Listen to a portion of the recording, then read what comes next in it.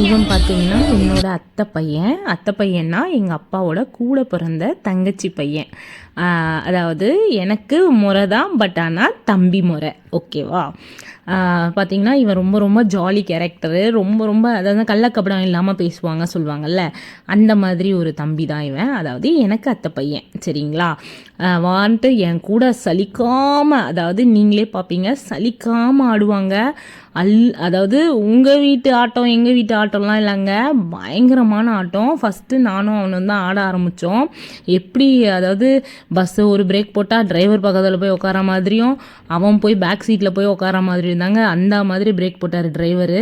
அது மட்டும் இல்லைங்க, நமக்கு தான் நம்மளை பற்றி தெரியுமே, எப்படியும் ஒரு ஆட்டம் போடுவோம். ஏன்னா பஸ் ஆச்சே, பஸ்ஸில் எப்படி டான்ஸ் ஆடாமல் போட முடியுமா? அதுவும் என் ஃபேமிலியோட, அதுவும் கும்பலாக பார்த்தீங்கன்னா எல்லாருமே நிறைய பேர் வருவோம்னு நினச்சோம். பட் ஆனால் எல்லாம் வந்து என் ஏஜ்டு பர்சன்ஸ் தான், அதாவது எங்கள் அத்தை பசங்க, மாமா பசங்க, சித்தி பசங்க, அந்த மாதிரி தான்.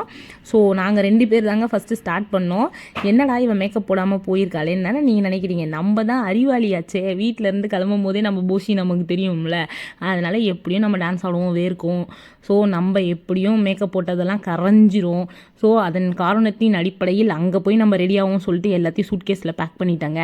ஏன்னா நம்ம தான் அவ்வளோ பெரிய ப்ரில்லியன்ட் ஆச்சு. இதுக்கு தான் அடிக்கடிக்கு பிரெயினை நம்ம அடிக்கடிக்கு யூஸ் பண்ணணும்னு சொல்கிறது. கல்யாணத்துக்கு பார்த்தீங்கன்னா என்னோடய ஃப்ரெண்ட்ஸ்லாம் வந்திருந்தாங்க. அதாவது பிரியா, ஜெயான்ட்டு 2 பேர் வந்திருந்தாங்க. அது மட்டும் இல்லைங்க, அவளுக்கு உட்காந்த இடத்துலேருந்தே டான்ஸ் ஆட ஆரம்பிச்சிட்டாளுங்க. சரி, அவளுகளுக்கும் கம்பெனி கொடுக்கணுமா இல்லையா? சரி, அடுத்த ஆஃபை அவளுகளை பார்த்துக்கலாம், நம்ம இந்த ஆஃபை முடிச்சிடலாம், அதாவது ஃபேமிலியோடு முடிக்கலாம் அப்படின்னு சொல்லிட்டு பிளான் பண்ணிகிட்டே இருந்தா, எல்லாரும் அப்படியே அமுக்குனி மாதிரி உட்காந்துருக்காங்க. ஏன் ஆடாமல் உட்காந்துட்டு இருக்கீங்கன்னு கேட்டதுக்கு, இங்கேயே எல்லா எனர்ஜியும் போயிடுச்சுன்னா சத்தத்தில் போய் எவன் ஆடுறதுன்னு சொல்லிட்டு நம்மக்கிட்டே ரேஸ் பண்ணுறாங்க. நம்மக்கிட்ட அந்த எனர்ஜி கூடவா இல்லை அப்படின்ற அளவுக்கு நான் பேசும்போது எங்கள் மாமா சொன்னாங்க, வேணாண்டா அங்கே போய் ஆடலாண்டா, இங்கே போய் ஆடலாண்டானாங்க. பட் கடைசியில் என்ன நடக்குன்றதை நீங்களே பாருங்களேன். அதாவது அங்கேயும் ஆடியாச்சு, இங்கேயும் ஆடியாச்சுங்க. ஏன்னா நீங்கள் இப்போ இதை பார்க்குறனால உங்களுக்கு இது புரியாது. ஆரம்பிக்கும் போது, அதாவது வண்டி ஸ்டார்ட் பண்ணும்போது பார்த்தீங்கன்னா 4 மணிக்கு ஸ்டார்ட் பண்ணதுங்க இந்த ஆட்டத்தை. நைட்டு 12 மணி வரைக்கும் போச்சுங்க இந்த ஆட்டம். நீங்கள் நம்பவே மாட்டீங்க. என் கூட இருந்தவங்களுக்கு தெரியும். ஏற்கனவே எனக்கு ஆல்ரெடி பார்த்திங்கன்னா செம்ம கால்வலின்றது அதாவது ஒரு சில பேருக்கு தெரிஞ்சிருக்கும். ஆமாங்க, அதுக்கப்புறம் அதுக்கான ஸ்லிப்பர்ஸு, அதுக்கான ஷூஸ் போட்டு ஆடினதுக்கப்புறம் தாங்க எனக்கு கால்வலி எனக்கே சரியாச்சு. பட் ஆனால் மறுநாள் பார்த்தீங்கன்னு வச்சுக்கோங்களேன், நான் எழுந்துக்கவே இல்லை. நீங்கள் நம்பவே மாட்டீங்க, எனக்கு தூக்கம்னாலே சுத்தமாக வராது. பட் நம்ம இந்த குத்துனா அங்கேருந்து எங்கேருந்து தூக்கம் வராமல் இருக்கும், எல்லா தூக்கமும் வரதானே செய்யும். அப்புறம் என்னங்க, நம்ம ஃபேமிலிலேருந்து ஒவ்வொரு தலையாக எழுந்துக்க ஆரம்பிச்சிருச்சு. என்னடா இப்படி சொல்கிறேன்னு பார்க்குறீங்களா? ஆமாங்க, ஒவ்வொரு கேளாக எழுந்துக்க ஆரம்பிச்சிட்டாங்க. ஆமாம், இப்படியே சும்மா உட்காந்துருந்தா எப்படி டைம் பாஸ் ஆகும்? ஆடு நீ எல்லாரும் சொல்ல. எங்கள் ஃபேமிலியை பொறுத்த வரைக்கும் பார்த்திங்கன்னா எல்லாருமே ஜாலியாக இருப்பாங்க. ஏய், நீ ஆடாத, நீ பார்க்காத, நீ போகாத, இப்படி செய்யாத, போகாதன்னு கண்ட்ரோல் பண்ண மாட்டாங்க. கண்ட்ரோல்னால் எந்த இடத்துல கண்ட்ரோல் பண்ணுமோ கண்டிப்பாக கண்ட்ரோல் பண்ணுவாங்கங்க. ஸோ ஃபேமிலியாக ஜாலியாக இப்படி சந்தோஷமாக, அதுவும் ரொம்ப நாள் ஆச்சு. இதெல்லாம் ஸ்கூல் டேஸில் தாங்க நான் அனுபவிச்சிருக்கேன். எப்படின்னா ஸ்கூல் டேஸ், காலேஜ் டேஸ்லாம் எம்ஜிஎம், குயின்ஸ்லாண்ட் அந்த மாதிரிலாம் போவோம் இல்லையா? ஸோ அந்த டைமில் நம்ம ஃப்ரெண்ட்ஸோட ஆட்டம் போட்டது நினைவுகள்லாம் கண்டிப்பாக சொல்கிறாங்க. அந்த இடத்துல எனக்கு ஞாபகம் வந்துச்சு, ரொம்பவே சந்தோஷமாக இருந்துச்சு. என்னென்னா கல்யாண பொண்ணு அந்த குரூப் பார்த்திங்கன்னா ஒரு செட் ஆஃப் சொந்தக்காரங்கள்லாம் பார்த்திங்கன்னா முன்னாடியே போயிட்டாங்க. ஸோ அதனால் இந்த பஸ்ஸு காலியாகவே இருந்துச்சு. ஸோ இருக்கிறவங்கள பிக் பண்ணி கூப்பிட்டு போகிறதுக்கு நாங்கள் 3 o'clock ஸ்டார்ட் பண்ணோம். பார்த்தீங்கன்னா 4 o'clock தாங்க வண்டி மூவ் ஆச்சு. மூவ் ஆனதுக்கப்புறம் நாங்கள் 6 o'clock வரைக்கும், 6:30 வரைக்கும், ஆமாம், இந்த பஸ்லேயே தாங்க ஆட்டோம்.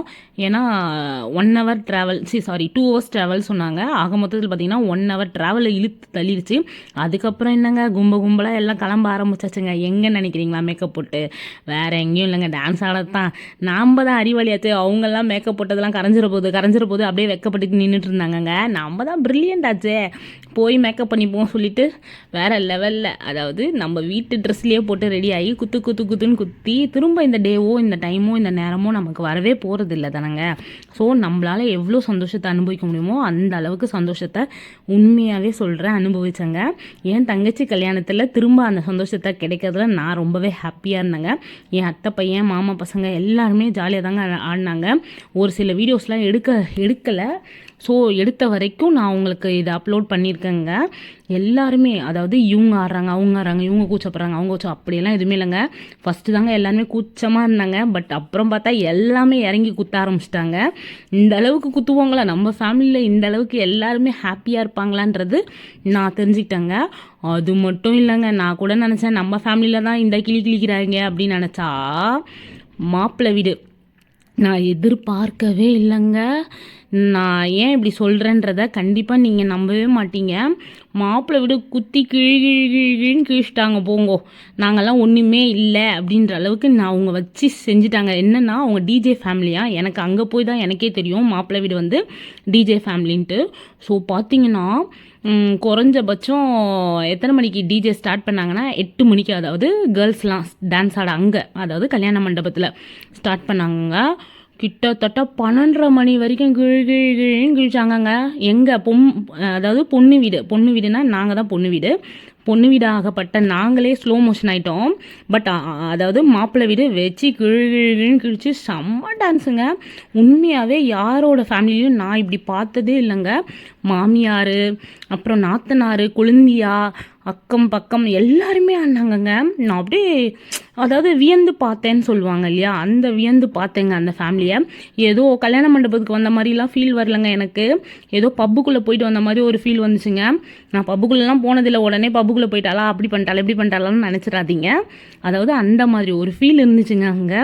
ஏன்னா அந்த அளவுக்கு ரொம்பவே சூப்பரான ஃபேமிலியாக இருந்துச்சு. எதிர்பார்க்கல இவ்வளோ ஜாலியான ஃபேமிலியாக இருக்கும்ன்ட்டு.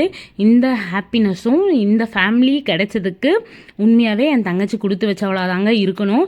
இந்த ஹாப்பினஸ் எப்போவுமே அவளுக்கு கடைசி வரைக்கும் இருக்கணும்னு சொல்லிட்டு கண்டிப்பாக நான் கடவுளை ப்ரே பண்ணிக்கிறேங்க. அது மட்டும் இல்லை, இவ்வளோ நேரம் ஆடின ஆட்டத்துக்கு எனக்கு கால்வலி அப்படி ஒரு கால்வலி வந்துருச்சுங்க. என்னென்னா நமக்கு தான் ஆல்ரெடி வலிக்கு விழுந்ததில் கால் இழுத்துக்குச்சே. ஸோ அது ரொம்ப ஆடியாச்சு. இப்படியே இங்கே ஆடிக்கிட்டே இருந்தால் அப்புறம் போய் சத்திரத்தில் ஆட முடியாது சொல்லிட்டு ஒரு கட்டத்தை நோக்கி, அதாவது என் ஃப்ரெண்ட்ஸோடு சேர்ந்து போய் உக்காந்துட்டேங்க. ஏன்னா செம்ம பெயினுங்க. உங்கள் வீட்டு பெயின் எங்கள் வீட்டு பெயின்லாம் இல்லைங்க, பயங்கரமான பெயின். இதில் வேற தலையை வேற ஹேர் வாஷ் பண்ணிட்டு போயிட்டானா, தலையை காய வைக்கவே மறந்துட்டேங்க. சரி தலையை காய வைப்போமேன்னு சொல்லிட்டு பார்த்தா இன்னும் சொட்ட வேர்வை சிந்த நம்ம தான் உழைச்சோன்னு சொல்கிறத விட ஆடினோமே அப்படின்னு சொல்லலாம். ஆமாங்க, ஆடின ஆட்டத்துக்கு தலை இன்னும் ஈரமாகி தும்பல் வர ஆரம்பிச்சிச்சுங்க. ஒரு கட்டத்தில் தும்புன்னு தும்பி கடைசியில் எப்படாண்டா முடிப்பீங்க அப்படின்ற அளவுக்கு ஆகிப்போச்சு. அப்புறம் என் ஃப்ரெண்ட்ஸ் 2 பேரும் சேர்ந்து என்னை இழுத்து உட்கார வச்சுட்டாங்கங்க. போதும்க்கா ஆடினது போதும், வந்துருந்தாங்க. இருடி இந்த ஒரு டான்ஸ் ஆட்டமா அந்த ஒரு டான்ஸ் ஆட்டமான்னு அவங்களுக்குள்ளே வெறுப்பேற்றிட்டேன். ஒரு கட்டத்தில் போதும் வரியா இல்லையா, அப்புறம் கால்வலி கீழ்வலின்னு எதனா சொன்னேன் அவ்வளோதான் அப்படின்னு சொல்லிட்டு அன்பின் காரணத்தின் அடிப்படையில் அதுக்கப்புறம் போய் அவளுக்கு பக்கத்தில் போய் உட்காந்துட்டேங்க. ஏன்னா என்ன சொல்கிறது, ஒரு ஃப்ரெண்டாகவும் ஒரு ஃபேமிலியாகவும் ஹாப்பியாகவும் இருந்ததில், அதுவும் இந்த இடத்துல கடவுள் எனக்கு கொடுத்ததில் நான் ரொம்பவே சந்தோஷப்படுறேங்க. என்னடா இவ டான்ஸ் ஆனது இவ்வளோ பெருசாக சொல்கிறான்னு தானே நீங்கள் நினைக்கிறீங்க. அப்படிலாம் எதுவுமே கிடையாதுங்க. என்னன்னா ஒரு ஃபேமிலியாக இருக்கட்டும், இல்லை ஒரு ஃப்ரெண்ட்ஸாக இருக்கட்டும், ஸோ சேர்ந்து எல்லாருமே ஒன்றா இருக்கிறதுல ஒரு ஹாப்பினஸ் இருக்கதாங்க செய்யுது. இல்லாமலாம் ஒன்றும் கிடையாதுங்க. ஹாப்பியாக இருக்கிறதுல எப்போவுமே ஹாப்பி தாங்க. ஒரு வழியாக என் ஃப்ரெண்ட்ஸு என்னை கூப்பிட்டு உட்கார வச்சுட்டாங்க. இதுக்கப்புறம் அரட்டையை மட்டும் பாருங்களேன் நீங்களே. அடி பாவீங்களா, என்ன கூத்திட்டு போயிருக்கீங்கடி அப்படின்ற அளவுக்கு. அதாவது பெருமையாகவும் பேசலாம், காரியமும் துப்பலாம், அது உங்களோட விருப்பம். ஸோ பெருமையாக பேசுகிறவங்க பெருமையாக பேசுங்க, திட்டுறவங்க திட்டுங்க, வாங்குற எனக்கு வாங்கிக்கிறேன், ஓகேவா? சரிங்க, இவ்வளோ நேரம் என் வீடியோவை பொறுமையாக பார்த்ததுக்கு ரொம்பவே நன்றிங்க. என்னடா இவ்வளோ ஃபாஸ்ட்டாக சொல்கிறேன்னு நீங்கள் நினைக்காதீங்க. ஏன்னா இதுக்கப்புறம் எனக்கு பேசுறதுக்கு எதுவுமே தெரியலங்க. அந்த காரணத்தின் அடிப்படையில் நீங்களே அப்படியே இந்த வீடியோஸை அப்படியே போட்டிருக்கேன், பார்த்துக்கோங்க. ப்ளீஸ் லைக் பண்ணுங்கள், ஷேர் பண்ணுங்கள், கமெண்ட் பண்ணுங்கள், சப்ஸ்கிரைப் பண்ணுங்கள், பக்கத்தில் இருக்க பெல் ஐக்கானை கிளிக் பண்ணிக்கோங்க. உங்கள் மனசை புண்படுத்துறதுக்கோ யார் மனசை புண்படுத்துறதுக்கோ நான் ஆள் இல்லைங்க. ஏன் அப்படின்னா இதனால ஏதாவது காயப்பட்டு யாரையாவது பேசியிருந்தேன்னா மன்னிச்சுக்கோங்க. எவ்வளோ ஹாப்பியாக இந்த உலகத்தில் நம்மளால் இருக்க முடியுமோ இருங்க. திரும்ப அந்த ஹாப்பினஸ் நம்மக்கிட்டேருந்து யாருமே பறிக்காமல் பார்த்துக்கோங்க. ஏன் அப்படின்னா ஒரு வாட்டி தாங்க ஒரு ஹாப்பினஸ் கிடைக்கும். அந்த ஹாப்பினஸ்ஸோ கஷ்டமோ நஷ்டமோ எதுவாக வேணால் இருக்கட்டும், ஹாப்பியாக இருக்க பழகிக்கோங்க. எந்த கஷ்டத்தையும் மனசுக்குள்ளே வச்சுக்காதீங்க, தூக்கி தூர போடுங்க. எவ்வளோ ஹாப்பியாக இருக்க முடியுமோ உங்கள் ஃப்ரெண்ட்ஸோடையும் உங்கள் ஃபேமிலியோடையும் இருங்க. ஏன்னா லைஃப்ன்றது ஒரு தடவை தாங்க நம்மக்கிட்ட கிடைக்கும், திரும்ப திரும்ப அந்த லைஃப் நம்ம கைக்கு வரவே வராதுங்க. ஸோ கடகடன்னு குத்துன்னு குத்திட்டு நாங்கள் எங்கள் ஃபேமிலியோடு போய் ஜாலியாக என்ஜாய் பண்ண ரெடி ஆகிட்டேங்க. நீங்களும் உங்கள் ஃபேமிலியோட ஜாலியாகவும் சந்தோஷமாகவும் இருங்க. அதுக்காகவும் நான் கடவுள்கிட்ட பிரார்த்திக்கிறேங்க. என்னடா இவ ஓவராக ஐஸ் வைக்கிறாளேன்னு நினைக்காதீங்க. எல்லா ஃபேமிலிக்கும் எல்லா ஹாப்பினஸும் கிடைக்க என்னுடைய மனமார்ந்த வாழ்த்துக்கள். ஃப்ரெண்ட்ஸ் எல்லாம் ஒரு கட்டத்தில் டயர்டாயிட்டாங்கங்க. அதனால் அக்கா எனக்கு ஏன் எழுந்து நின்று ஆட தெரியாதுன்னு சொல்லிட்டு, ஸோ அவங்களையும் நான் சந்தோஷமாக வச்சுக்கணுமா இல்லையா, அதனாலங்க அவங்களையும் உட்காந்த இடத்துலையே டான்ஸ் ஆட வைப்போமேன்னு சொல்லிட்டு அவங்களையும் ஜாலியாக கூட்டிகிட்டு போகணுமா இல்லையா. ஆனால் பக்கத்தில் உட்காந்துருக்க பிரியாவுக்கு தரமான சம்பவம் நடந்துச்சுங்க. அது அடுத்த வீடியோவில் கண்டிப்பாக சொல்லுவேன். ஏன்னா பாவம் பயப்பில் இப்படி சிரிச்சுக்கிட்டே வருதா, திரும்ப வீட்டுக்கு போகும்போது அழுதுகிட்டே போவோங்க. அது என்னாலலாம் இல்லைங்க, பக்கத்தில் ஒருத்தி உட்காந்துருக்கா பாருங்கள் என்னோடய ரைட் சைடில், அவளால் தாங்க. இந்த வீடியோலேயே நான் எல்லாத்தையும் சொல்லிட்டேன்னா அப்புறம் உங்களுக்கு போர் அடிச்சிருங்க.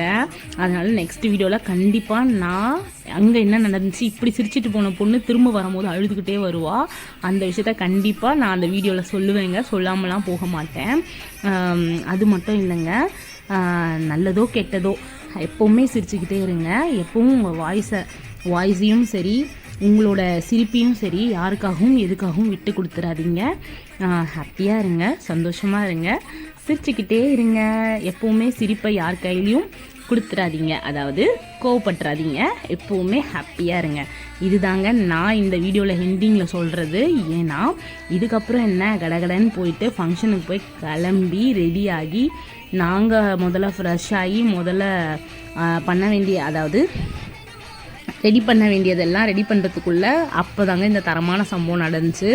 நான் அதை ஒரு சில விஷயத்தை தான் கேப்சர் பண்ணியிருக்கேன், கண்டிப்பாக நெக்ஸ்ட் வீடியோவில் சொல்லுவேன். என் தம்பின்னு சொல்லிட்டேன், தங்கச்சி வீட்டுக்காரும் ரொம்பவே அழகாக இருந்தாங்க அன்றைக்கி பார்க்குறதுக்கு. நீங்கள் எல்லாருமே அவங்க 2 பேரையும் ப்ளஸ் பண்ணணும்னு சொல்லிட்டு உங்ககிட்ட நான் கேட்டுக்கிறேங்க. நெக்ஸ்ட் வீடியோவில் கண்டிப்பாக ரிசப்ஷன் வீடியோவை உங்களுக்காக காட்ட நான் ரெடியாக இருக்கீங்க. நீங்கள் பார்க்க ரெடியாக இருக்கீங்களான்னு கண்டிப்பாக சொல்லுங்கள். தேங்க்ஸ் ஃபார் வாட்சிங்.